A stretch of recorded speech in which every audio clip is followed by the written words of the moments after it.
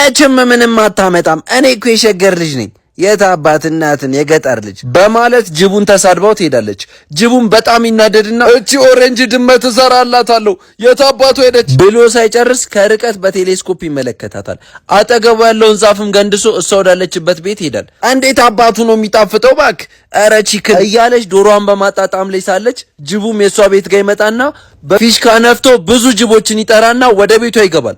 በዛ ሰዓት ነበር የፈጠነ ዶሮዋን ውጣ እባክህ አትምጡኝ ተው ማለት የጀመረችው። ሆኖም ግን እነሱ አልተዋትም ነበር።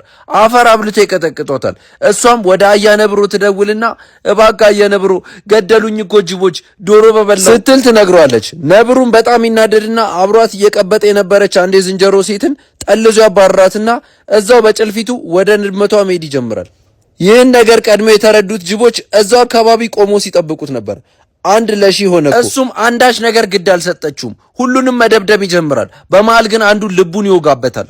ገና መሬት ነክቶት እንደወደቀ ልክ በጅብ እንደተሸነፈ ሲያስታውስ ከተኛበት ብንን ብሎ ይነሳና ከኪሱ አንዳች መድኃኒት አንስቶ ይውጣታል።